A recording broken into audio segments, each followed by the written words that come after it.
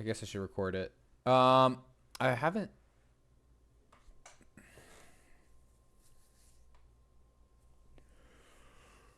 I didn't get a chance to react to this. Because I've just been busy, and I intentionally didn't watch it so that I could be like surprised. But yeah, I've heard not so good things about it. I mean, if the right looks like the graphics, they look okay. A lot of people have been asking me to give an opinion. Oh yeah, you did. Okay. All right.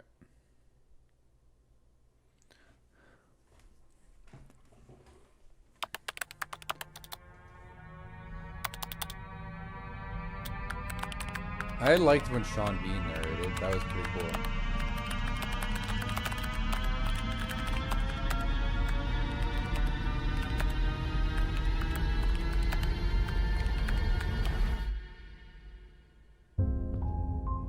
Throughout our history, ordinary people have done extraordinary things. I mean, I love this actress, but why is it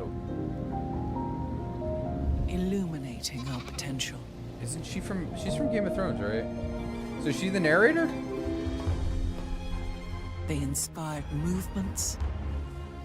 I'm so used to like the booming voice, you know? So this is like created the impossible. Big shift. And destroyed the indestructible.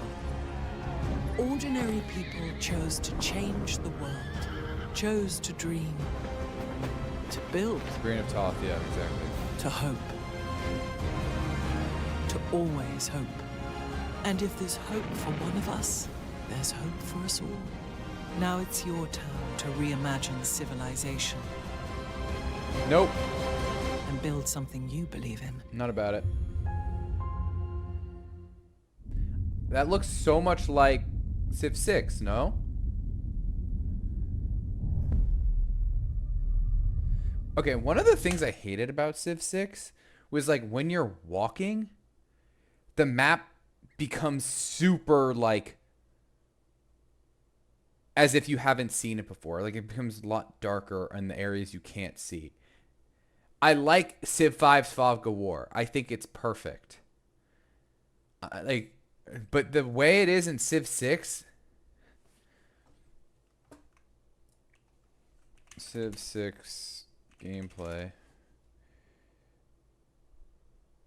Bad time to be looking up this, I guess.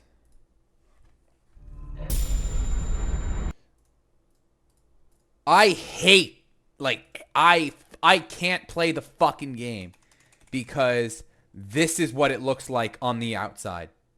Exactly, I can't tell where the fucking tiles are. This looks horrible. I hate the cartoonish shit.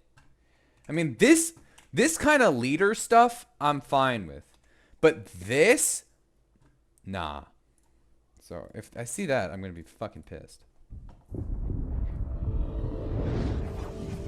Dude, I swear, they always go into, like, Florida when they're zooming in initially. No, never mind. Okay, that was wrong. Baltimore. Hello, Civ fans.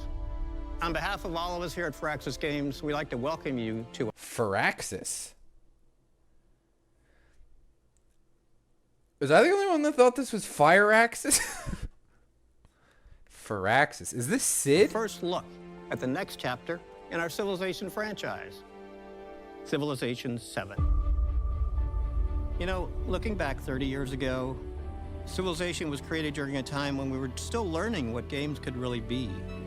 We were searching for that holy next big fuck, it's challenge Sid! To take on. It's which led Sid! us to thinking, what could be greater than putting the entire history of the world into a video game and make it fun? That's where you're 3 wrong. This decades game is later, not it's fun. because of your passion, your love for Civ, that we're still here today. In every game of Civ, you've gone on a journey to build an empire to stand the test of time. And now the journey continues. Prepare to take just one more turn on February 11th, 2025, when we launch Civilization 7 across PC and consoles, all on day one, for the first time in France. How do you play on a console? I mean, I guess people play on like the Steam fucking game Switch things. You know what I'm talking about? I don't know how they do that. It just seems so clunky. Franchise history. This is by far. Wait, is this an actual game?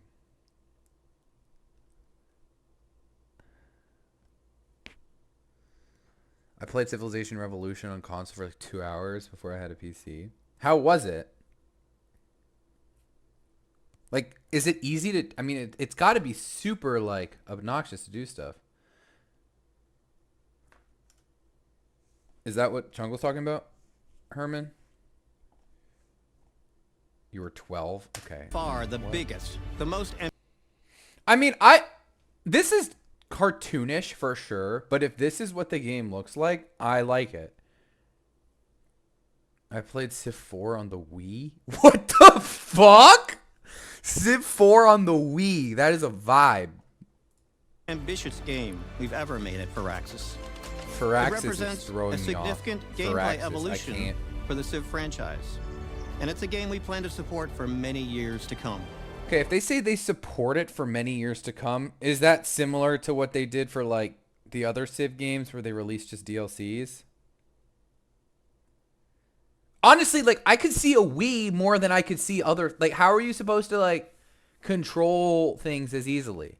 I guess you have to like shuffle between, like you'd have to press like right and left fucking bumper trigger to switch between each like worker and stuff. $300 worth of expansions over 5 years. All right. Civ Revolution. I love AAA games.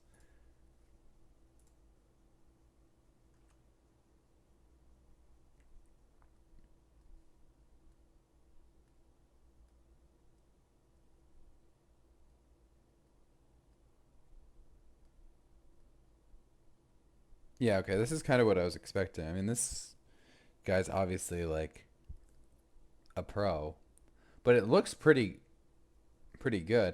I mean, like the issue I have is if you have cross-platform, what does that mean for multiplayer? One, and two, does that mean the game gets dumbed down in order to make things accessible?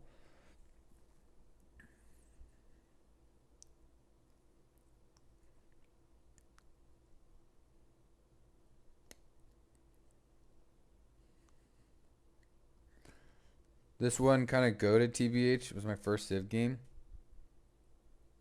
What the fuck? These advisors keep popping up. Like, this is actually kind of bizarre. I mean, I like the interactions between the advisors. It's kind of funny. Game will always be dumbed down compared to previous versions, more money to cater to casuals. I mean, I guess that's why we have mods, right? Today, you'll learn about the vision. I think I actually saw Eep saying how like cross-platform games really fuck with modding ability, which I could totally understand, right? Like, how wouldn't it? Driving force that inspired our biggest new feature. You'll see your Civ world brought to life like never before, and you'll discover why. I will say, like, this kind of shit from Civ 6 was pretty cool. How wonders would casually be built literally rather than just like you'd see the skeleton and then boom, it's there one time. It depends if they give support to modders. Yeah. Max, what do you mean by that? I haven't played Civ 6 with mods, so I genuinely don't know. Oh, fuck. Wait. Where did I go?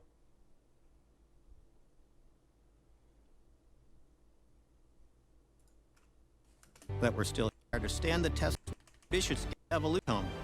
Our biggest new feature. Why Civilization 7 promises to be a revolutionary new chapter in this franchise that we. The Civ 6 multiplayer uses a workshop mod and the Better Being Gallus mod or something. Oh, okay. If they don't, game will be giga ass. They do probably also giga. I don't know. Like, I would love to see. I'd love to see like a switch from 5 to 7 or something like that. If like they're like, I personally don't like the fact that we are so niche of a community.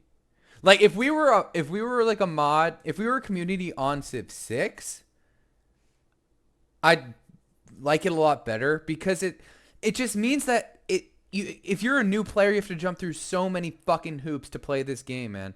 And it's such a good game. It's so fun. It's so like there's so much depth, but it's because of the modding. And exactly.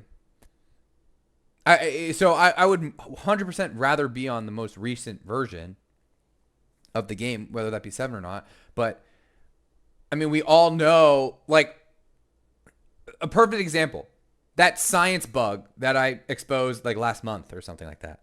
They did not intend for that to happen, and people are only just discovering it now. Shrine skippers will dominate the early Civ 7 meta. Trust. You never know, man. We all love so dearly. Please enjoy. Thanks, Sid. Dude, Sid looks like he's about to cry. Civilization is the foundation of Firaxis. Whether you've been playing since the MS-DOS days or have joined us more recently, we're so grateful for your continued passion and support. When you walk around our studio, you can feel the energy and excitement. You can see how inspired our people Like, does he not look like he's about to cry? are to come in and build the next Civ game. Civilization is the ultimate historical strategy game. Your goal in Civ is to build an empire to stand the test of time. You select a civilization, led by a famous historical leader, and guide your Civ's journey across the entire span of human history. You shape your empire piece by piece, from what technologies you want to research to what civics you want your society to uphold. Civics. And you compete with others on the world stage, engaging in diplomacy, negotiating. Yo, is that Ben? Big Ben Franklin? And sometimes Cleopatra again? going to war. In every civilization game, your empire has always been represented by a Dennis. single civilization. You play through the entire span of history as that one civilization. This time around, Dennis. we want to take you on a new journey.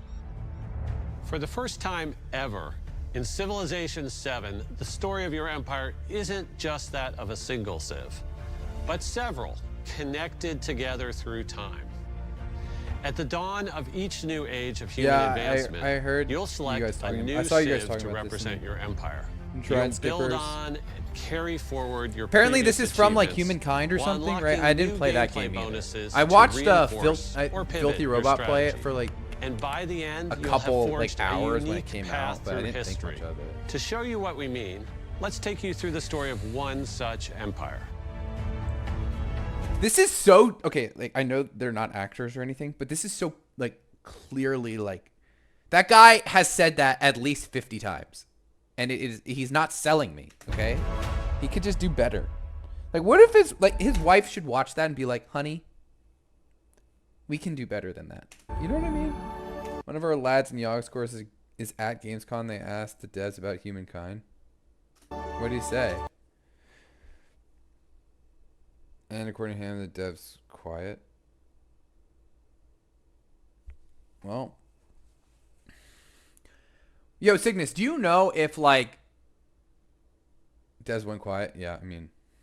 Look, I mean, this multi-leader thing is not so, like, revolutionary that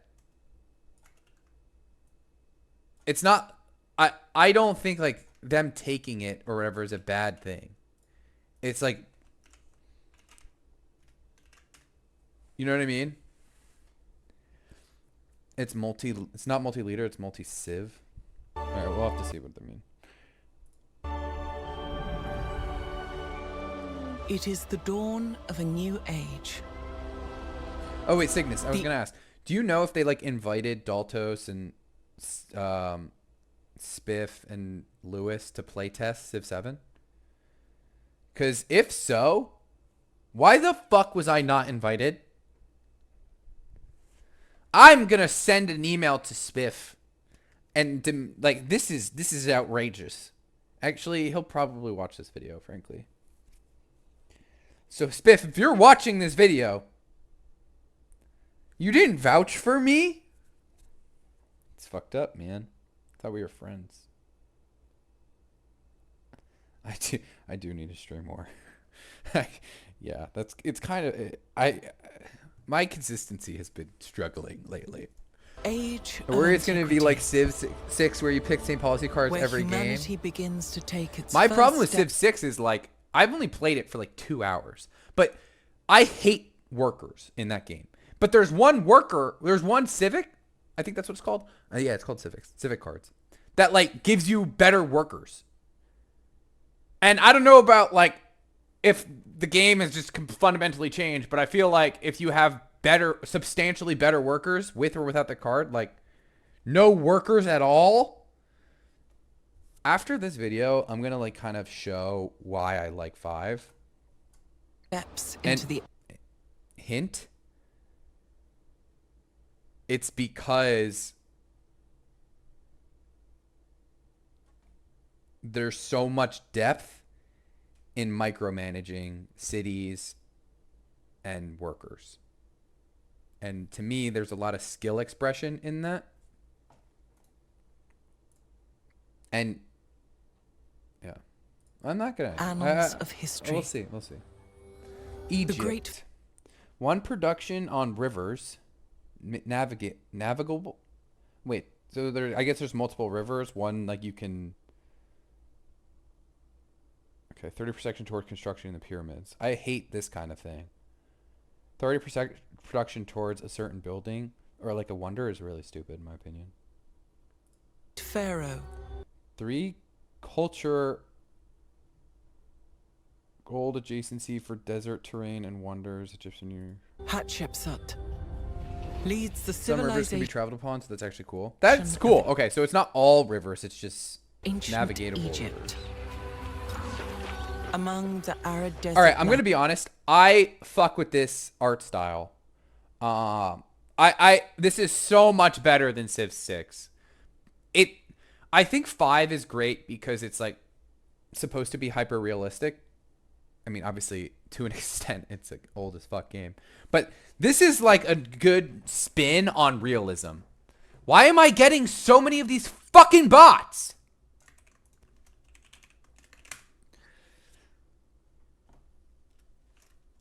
The user I'm trying to ban does not exist. Okay. lands and a winding river, the seeds of our people are rooted in sand and water.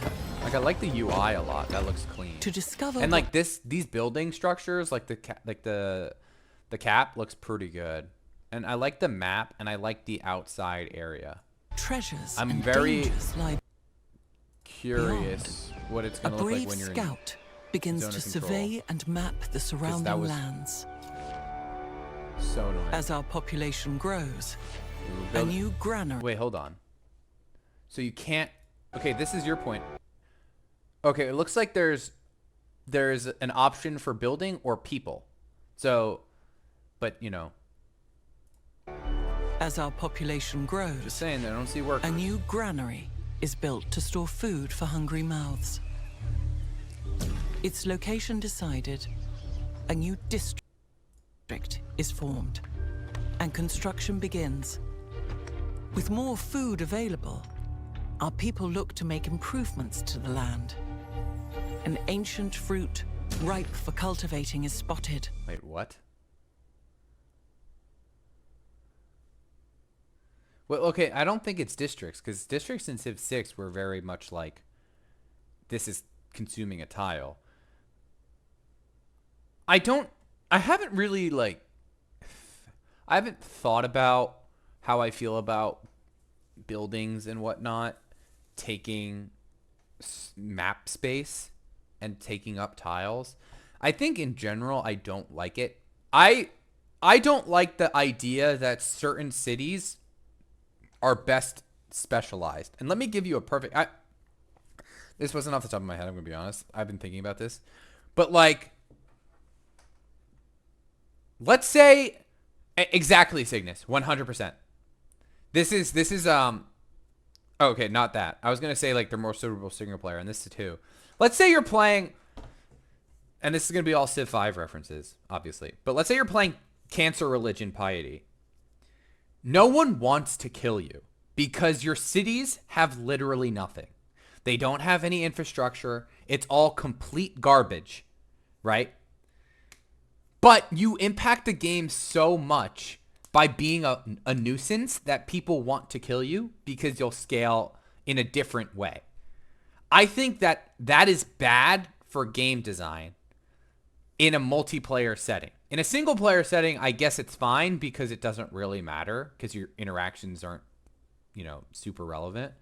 But I think in a multiplayer setting, that kind of gameplay is so bad because you literally create a cockroach type player just in a certain style of play where no one wants to kill them. It doesn't benefit the person to kill them at all. It helps the lobby, but it's pretty much someone's quote unquote job to take care of because it's just overall bad for the health of the game. I hate that kind of thing. So I think these kind of, and all of this to say, I think buildings that takes up certain tiles, right? Let's say like a school takes up, I'm going to use Civ 5 terms again, but a school takes up a tile, a uni takes up a tile, a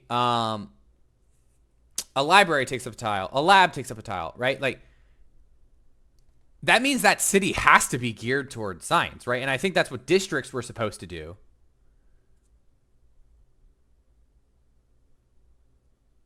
I think 5 players max. Oh, it's 5? That's interesting. I could totally see that being a thing. I guess it depends on map size. Dates will provide more sustenance for our citizens, and their sweetness will make the people happy. A plantation is constructed to harvest this valuable resource. Over time, our city continues to grow as more urban and rural developments spring forth. I mean, okay, this is interesting though, because one of these was the granary, right? Like, I think I'm pointing, but the one south of the cap from where we're currently looking was a granary. And that used to look a lot, or sorry, the one to the southeast. And then that got upgraded.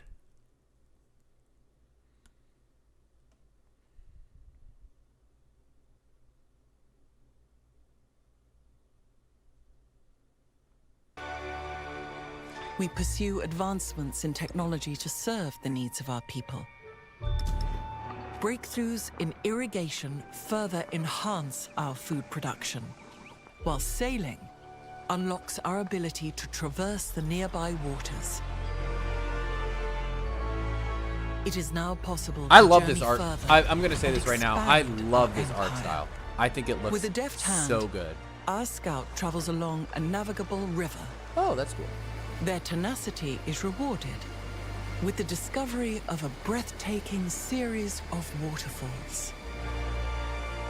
This natural wonder of the world attracts the imagination of our people, and brave settlers begin the long trek to claim new. Hold on. What was that? What was that? imaginations What was of our that? people. That was huge. And brave So, okay, the settler moved 3 tiles. settlers begin the long trek to claim new land for the Go back. our people, and Okay, look at this. Unless that's like flatland, that means they crossed a river, what looks like a river, and kept walking. One of the things I hate about 6 was the fucking movement. I hated that you needed 2 movement actions to end on a hill, or like 2 to cross a river. That means you couldn't use most of your movements most of the time. Like, it was just so obnoxious. So if I'm reading this right, this is actually good. The wideness of river matters. I could see, look, I could see that, but I'm just saying, like, this looks like a step in the right direction. Direction. brave settlers begin the long trek to claim new land for the Egyptian Empire. A new town is established near the majestic falls.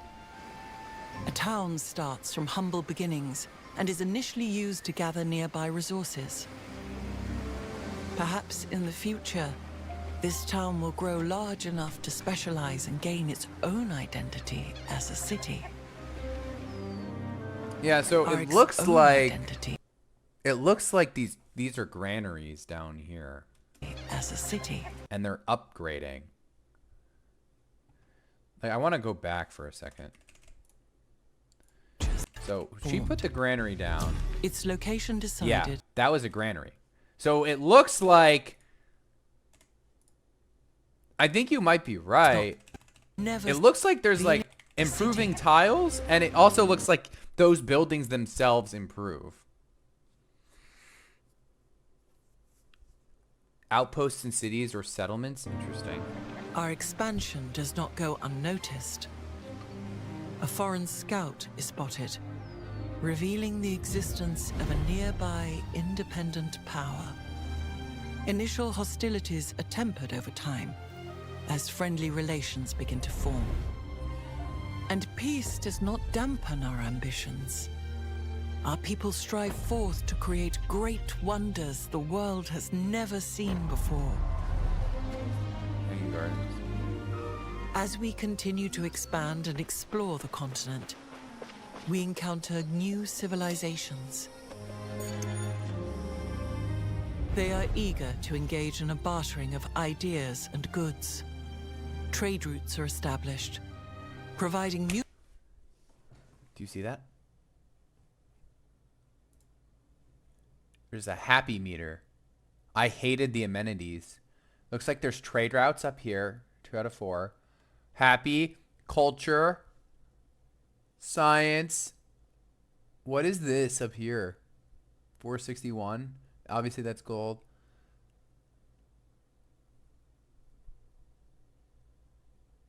Denounce. It looks like there's I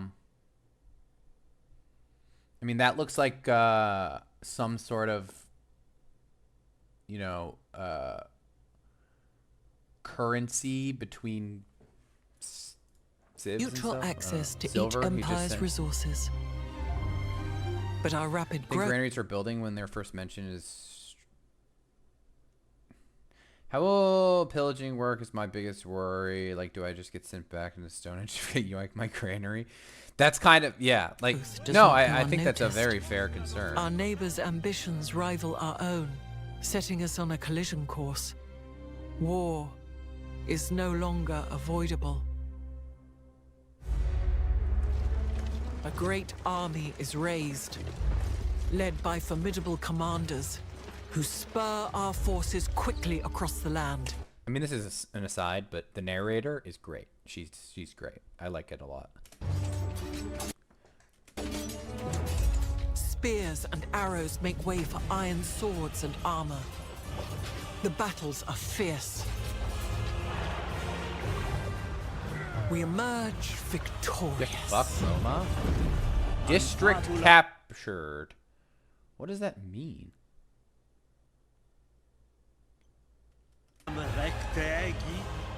Wait, so 10 out of 7. Never mind. That's not trade routes. What does 10 out of 7 mean?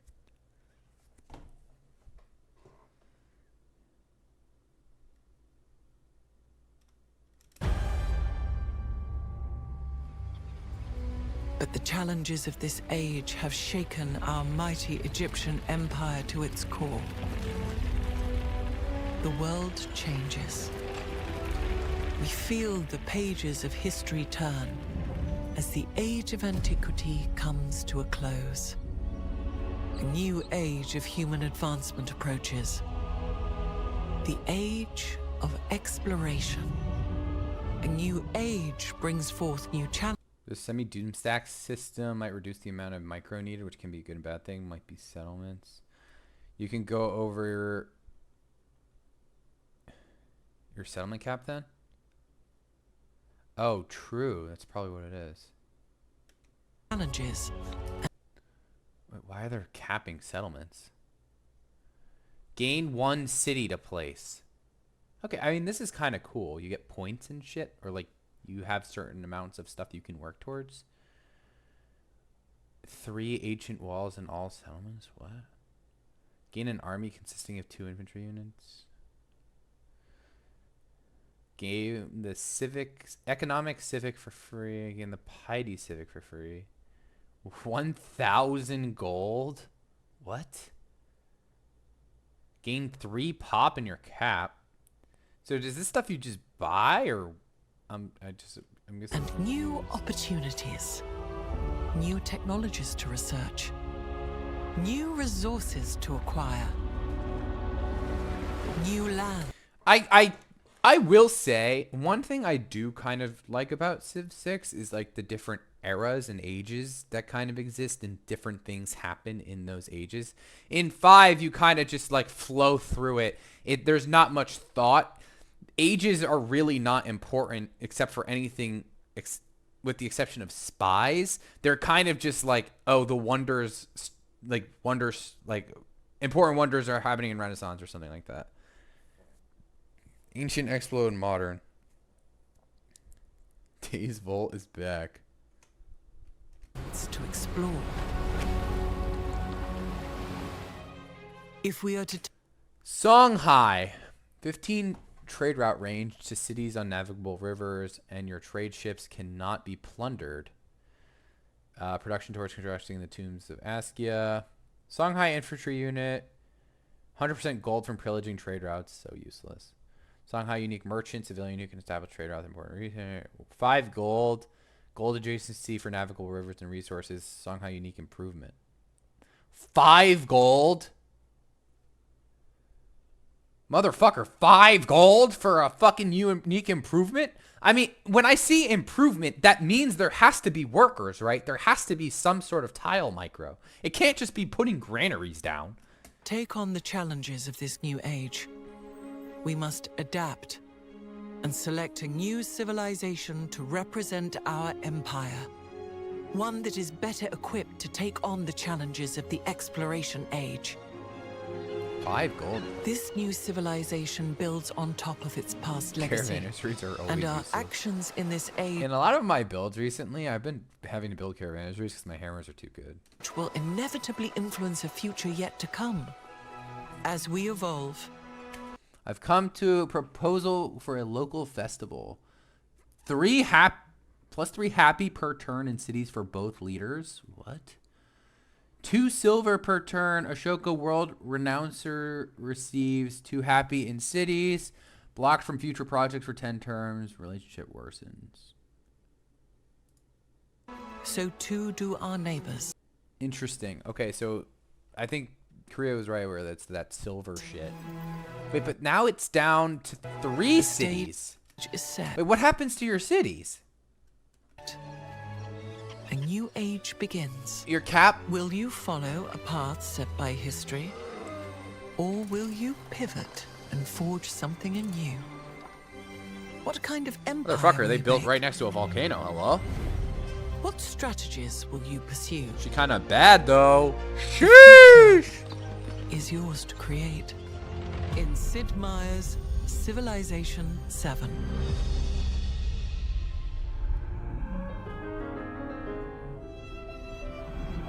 The journey of Hatshepsut, brought to life by our wonderful new narrator, Gwendolyn Christie, is just one potential path you can take in Civilization 7.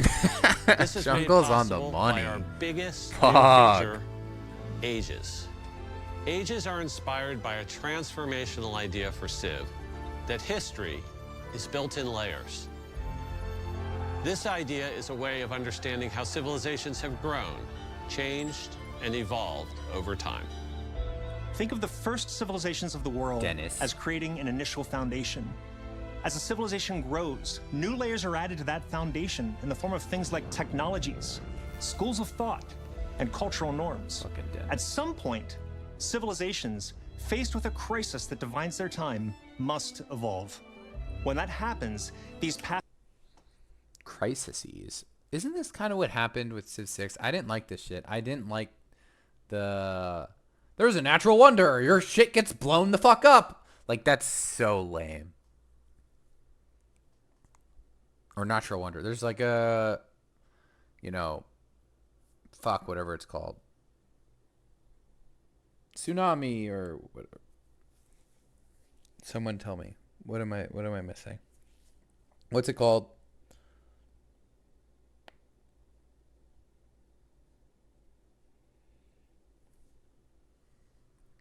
Natural disasters. Thank you. Past layers don't disappear. Okay. Instead, they now serve as a new foundation for the new civilization. As the cycle repeats, connecting the past, present, and future together. Instead of playing as one single civilization across every age, you'll evolve your empire into a new civilization for each new age. One that You think Iran feels that way? You think they're like, yeah, we're in the Iran era. We were in the Persia era. And now like I don't think that's how people think about it. Dark Age, Kappa. I like to Civ. I don't mind it. But I do kind of like the fact that when you select a Civ, you're selecting an identity. Mongolia, China, bigger China. Like I agree. It adds variance to games, which is good. That's a good thing. But that is suited to take on the historical challenges I do of like that time. the fact that like certain things like Every have a consistent age identity. is designed to be like a historical sandbox. Andrew as a way to really Fredrickson. immerse yourself in that time. Almost everything inside an age is exclusive to that age.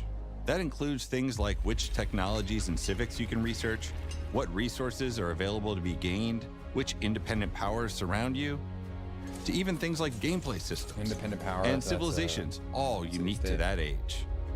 Having unique civs for each age is something we're really excited about. In the past, every civ I'm sorry. needed to be Carl looks like a fucking loser. balanced across a game that spans all of history. This naturally resulted in things like late era civs being strong in the late game, but weak early on. Now, we can balance around the age itself. This I kind of fuck with that. Like, that makes sense. That's a good reason to have ages. According to Civ 7, a single Civ cannot stand the test of time, Kappa. I mean, China is kind of proving them wrong. The worry is that it might mean you just strong early Civs and then keep swapping to generally stronger stuff. Well, what... Now, I think that would make sense if they intentionally balanced a certain way where certain civs were really strong and then your future offerings were dependent on which civ you took in the first one. So for instance, let's say like Japan is really strong early game. If you pick Japan, you're going to be given a weaker mid game and a weaker late game civ. Like, to me, that's what would make sense.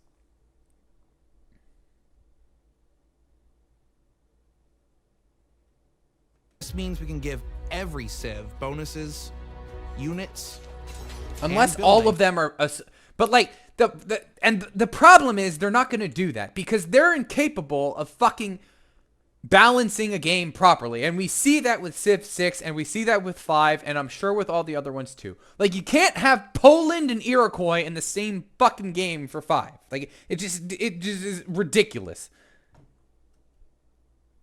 Also, there's skill trees for leaders that you have to grind for. Oh my fucking god. things. Well, actually, I was able to capture that city because I have 1 extra movement on my horses, while you don't have that because you didn't get to level 35. Like, it just... I don't want that. That are always relevant and powerful. Having exclusive civs per age is also great for historical immersion. Every age feels like an epic How is that good for historical immersion? I'm playing fucking Cleopatra. 15 minutes later, it's Ben fucking Franklin, baby. Like, what?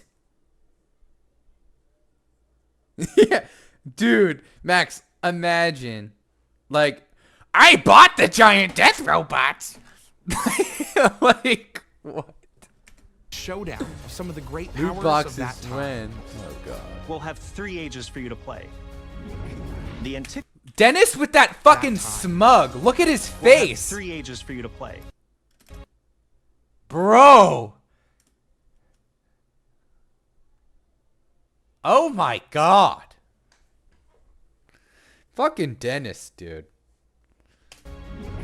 The Antiquity Age, when agricultural societies begin to cluster into urban centers, forming the foundations of the first civilizations. No whale rule. The Exploration Age, when the desire for precious commodities from distant lands spurs empires to stretch across great oceans. And the Modern Age, a period of incredible technological... Motherfucker, you think there's going to be a no whale rule? Half these people don't have working computers. You see, like, the shit boxes people play on? growth and global conflict, where mankind goes from the development of the steam engine to the splitting of the atom. That's really cool. Every age can be played on its own, or woven together into a full campaign. That's cool. You can play a specific age, like you don't have to go through all three. In past games, civs and leaders were always tied Santorum, together Pip, and came as a Fillion. package deal I know off the of top of my head. agendas, abilities, units, and more. With civs being exclusive to ages, we're excited to introduce They're gonna whale out. That's what you're saying. We got to worry about those boys when Civ 7 comes out. They're gonna have everything. new innovation for Bro, can I buy an Impy? Like, am I able to buy an Impy? That'd be cool. leaders. For the first time in franchise history, leaders are now selected independently from civilizations. You can now mix So and true, match Jungle. unique parts of Maria! Oh my god, wait, what the fuck? Cav replacement. 3 combat strength against other Cav. Ignores combat bonus from walls. Okay. Like, I don't know what the fucking... why they are so obsessed with these, like... I want to watch a horse slam a fucking city. Like, oh, that's gonna get me off. Like who? Like, I hate that bonus in general. 30. So it looks like every civ has like a 30% production modifier to their specific wonder. I'm curious to see like if anyone can build it. Right? If I'm not Egypt, am I able to build pyramids? What restrictions do I have? If I am Egypt, can I build it every game? Is there certain games I can't build it? Does it have to be like on a desert or something like that? Like what happens if I'm in the fucking jungle? Like, you can add an additional pantheon after unlocking mysticism. I mean, it depends how strong pantheons are, but that could be really good. 3 happy, science adjacency for quarters, and wonders. That's pretty cool. Vihara. 3 happiness, culture, adjacency for mountains and wonders. Seems like adjacency is a really big thing. But it seems like they're more like centralized adjacencies rather than, you know, what it was in 7 where it's like if it's next to 3 river tiles in a mountain, you get an additional 20 fucking hammers. This seems more like it's going to, like your layouts are going to be more checkerboardy so that it's next to all of like the wonders and other things. I really don't like how a lot of specific bonuses are shown.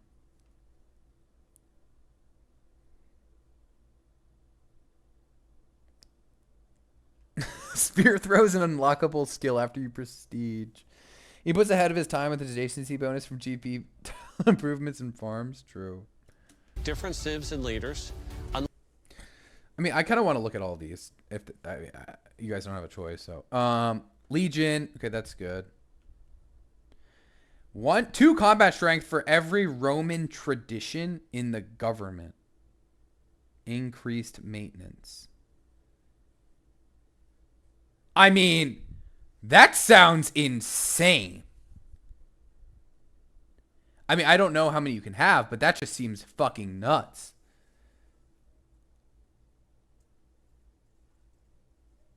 Yeah, like exactly, Jungle. 22 strength legions or something like that. Like, what?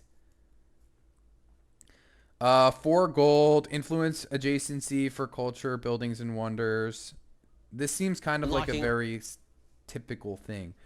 Like, you get culture-based... You get some adjacency for a specific type of building and a wonder, and it's probably tailored to your civ. So, like, a normal layout would probably be, like, One building here, wonder. Building here, wonder. Building here, culture building. Building here, you know what I mean? All I don't mind that, but like it just seems kind of stupid. Who's the Roman? I was just thinking that too. Like that lake is way too young to be Augustus, way too young to be Julius. That's Augustus? Motherfucker, he took the I guess he was like what, mid-20s? Staying true to Civ's spirit of experimentation. For players who want to stick to more historical pairings, a useful indicator will appear on the Civ selection screen. We're also taking the opportunity to expand who we consider to be a leader in Civilization 7. We'll continue to have traditional heads of state, such as Hatshepsut, but we're also excited to have new leaders in areas such as philosophy, religion, science, and more. Having leaders stay the same Big across Ben ages helps bring a sense of who. Benny Frank. Wait, 6 combat strength when fortified. What?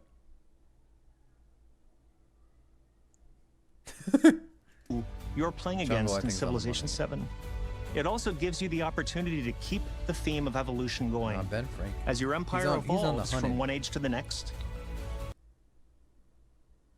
it's important that your leader grows as well. All leaders now have attributes that can further specialize their skills. These attributes can be gained in a variety of ways, from completing narrative events to rewards for researching certain technologies and civics. Overall, leaders are getting a huge upgrade. They're more powerful, more varied, and more strategically interesting than ever. We cannot wait for you to discover your new favorite leader in Civilization 7. I swear, Dennis's smirk really pisses me off. I don't know what it is about it. When one age ends and you it. begin an age transition, it is an incredibly exciting moment. You'll select a new civilization to represent your empire in the new age. He's like, yeah, I'm gonna get filmed. I'm gonna wear fucking teal with a teal undershirt. You'll choose parts of your past Civ to carry forward into the new one. And the game map literally expands, filled with new independent powers to befriend, new resources to acquire, and new discoveries to be made. So I guess this is like when a new age happens, you're supposed to settle more cities.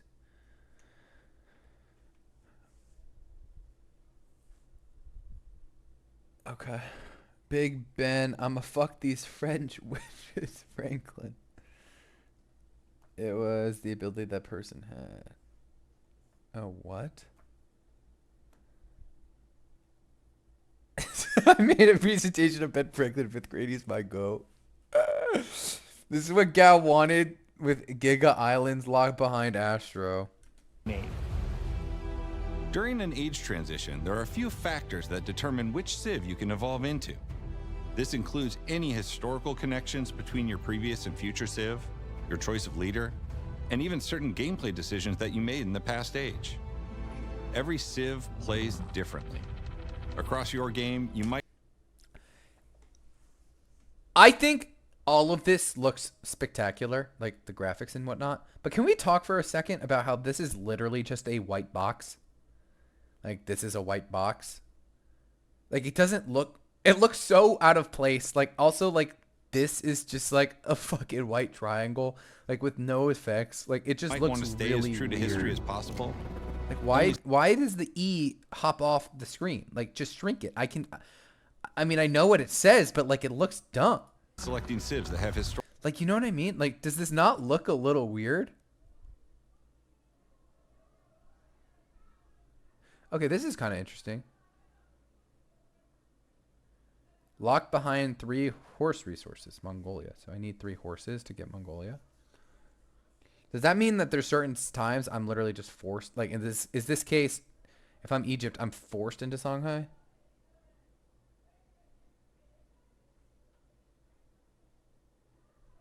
historical ties to each other. Or you might switch to Civs that fit your strategic needs. There are so many possible paths to Why would you not pick Buganda? That sounds dope. explore. So many different choices you can make. The potential for strategy in Civilization 7 is nearly endless.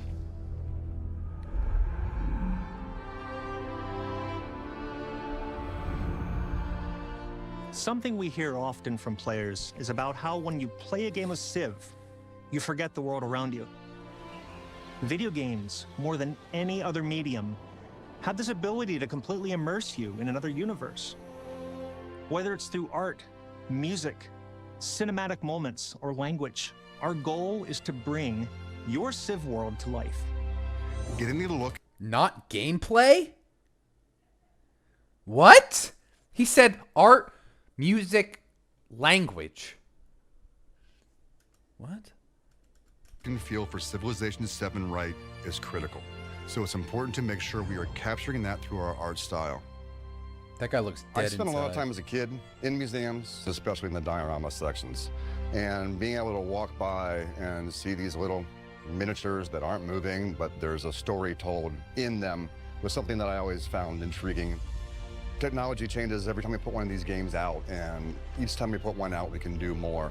And we're at a spot in the industry now where we've just got a lot of tools and a lot of power. I'm gonna, under us like I to said before, this represent art the looks, entire world the of graphics look Civilization. great. I love this. We're art hoping that the style. It players looks, can look in. like, I think the last time Civ 6, like the colors are way too saturated and it just doesn't look very good. This game, see the diametric detail on this and tell their own stories that they've never told before. Everything is going to fit together in such a different way than it has in the past from Civilization, and I think it's going to give you a much more realistic version of the simulation that you're trying to create. We took a lot what we learned in the Civ 6 and learned from that, trying to open up some more spaces and everything.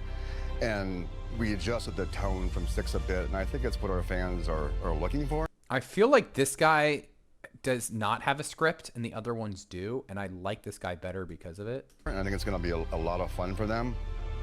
It's something that nobody else is doing, and nobody but Firaxis can do. Firaxis. I think players will love how combat looks. We greatly expanded the variety of units in Civ 7. Units now constantly engage one another. You'll see and hear the clashing of swords and steel. Units have a higher level of fidelity than ever before. Everything from the little parts and pieces and details on the armor set to the entire representation of a whole army on a battlefield. I feel like this is going to become your Civ. Like this is the one. It has the look. Firaxis takes its representation of different cultures in Civ 7 very seriously. Language is a critical part of civilization. It's how people tell their story.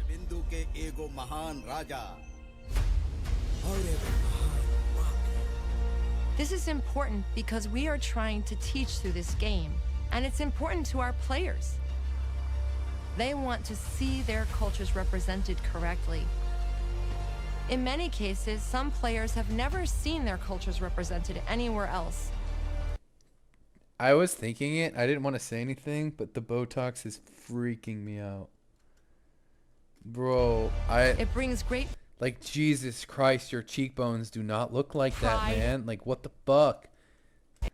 This, like, reminds me of, like, that Squidward. and joy to be able to see Greek themselves Squidward. included in the history of the world. This girl would have been pretty, you know? Like, she didn't need that.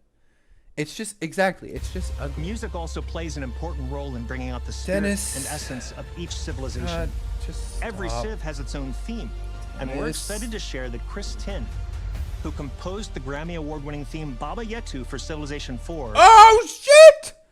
and the main theme for Civilization 6, is returning for Civilization 7. Hell we yeah. cannot wait for you to hear it. Today represents just an initial look at what's to come in Civilization 7. We have so much more to share, from gameplay I deep wonder where they filmed this, like a local library or something. dives to first looks at new leaders and civilizations, to what you can expect from Civ 7 post-launch. Sid Meier's Civilization 7 releases on February 11th, 2025, and is available to pre-order today. Players who pre-order fuck. Civilization Let me get my 7 credit will card! receive the Tecumseh Shawnee Pack, Oh my Haven't god! Be sure to create a 2K account and sign up for our Civ newsletter to receive the latest updates. Doing so will unlock the Fuck, is that exclusive Napoleon? Emperor persona for Napoleon in What the Civilization fuck? 7. Wait, And as a like a special thank you, skin? if you use that same 2K account to play Civ 6, you'll automatically unlock Napoleon's revolutionary persona in Civ 7. What the Check out our website fuck? at civilization.com for full details, and be sure to follow Civ for all the latest. We hope you enjoyed this first look at Civilization 7. The entire team at Firaxis has been working very hard to make sure we deliver a game that gives you more reasons to take So just true, one Meg. more turn. As we welcome Civ 7 into the Civ Sid. family, I think back to the legacy of Civilization, Sid. of 30 years of development, refinement, iteration, exploration, of the millions of players that have contributed, of the billions of hours that have been played. I'm so proud to be here for this moment, welcoming Civ 7 into the family. February 11th, 2025 isn't too far away. We're excited to be taking this journey with you. Dude, I can play it on my Switch? That's fucking lit.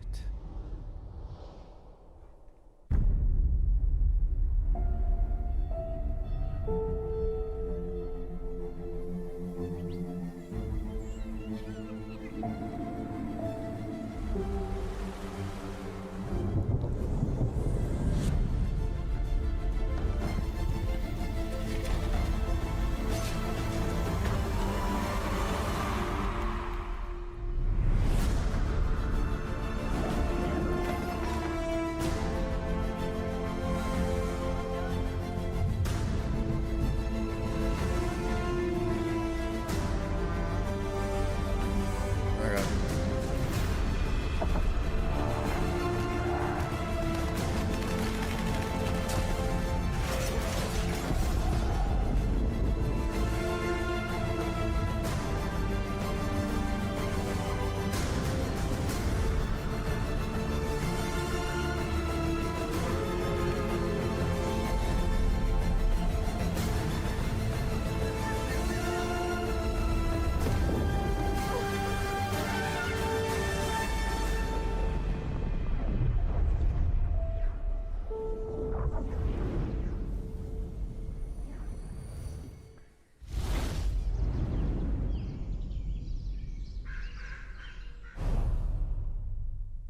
Huh.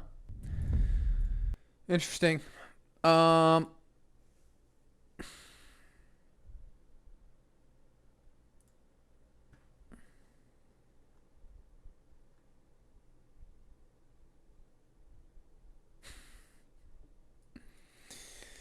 Um I mean, this didn't really show much for gameplay, like at all.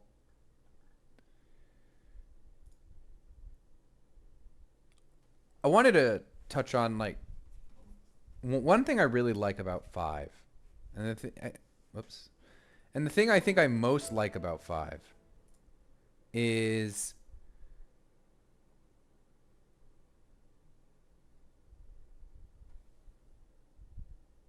you can play as a casual with other casual friends by autoing everything, selecting random buildings, playing the game. You all kind of age at around the same time. Someone's going to understand it a little bit better and they're going to probably get ahead, whatever. But then like the skill gap, the skill level exponentially increases as you learn more when it comes to like managing your cities and worker stuff.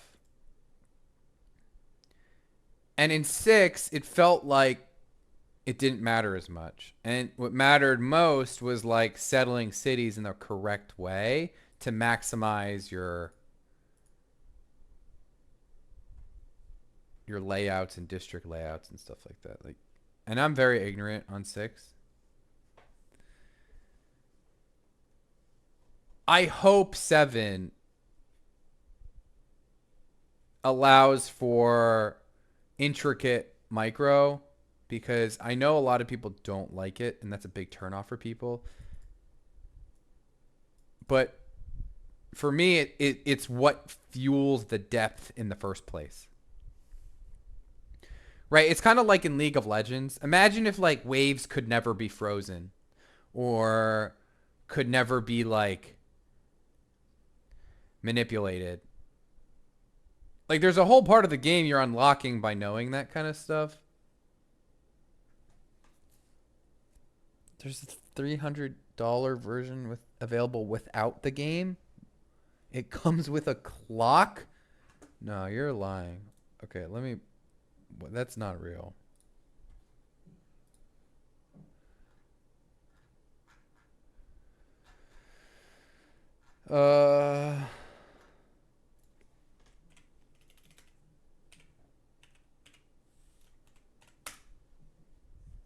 You can buy Civ 5 for $7.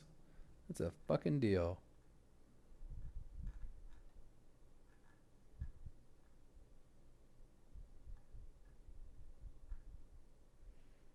Where's the clock? Wait, what? Celebrate history with a timeless clock.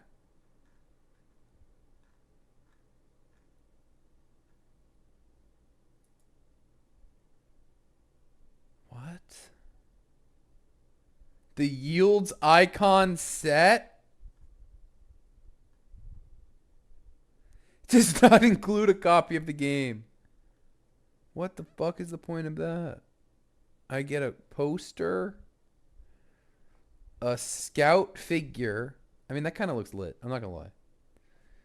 Premium packaging. A clock. They're putting the clock again. Civ postcards. What? A pin?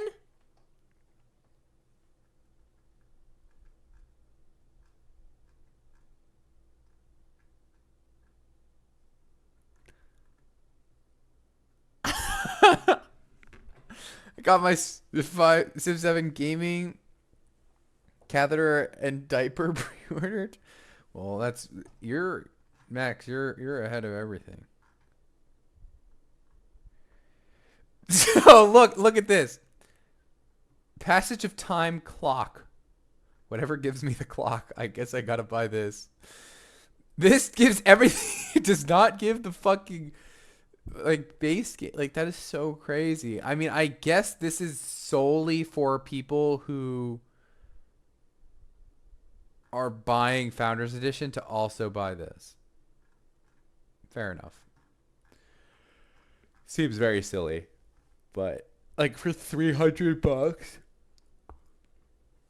Wow. All right. I'm gonna probably upload this on YouTube, but all right. Say hi to YouTube.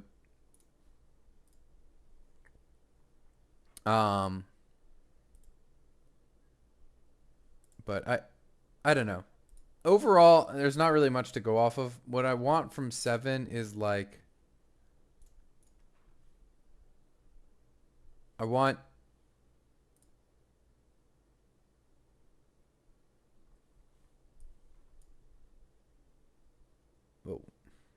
to I want to make sure that like for one, this age system is really cool. I just hope it doesn't like pretty much make you like what does it mean for like progress? Like if you get to the next age, but now your cities are capped and you can't have as many cities, like what happens to them? Like do you just lose? Like I don't know. I think as more comes out, I'd be excited to see how it goes, but in general, I mean, the game looks great.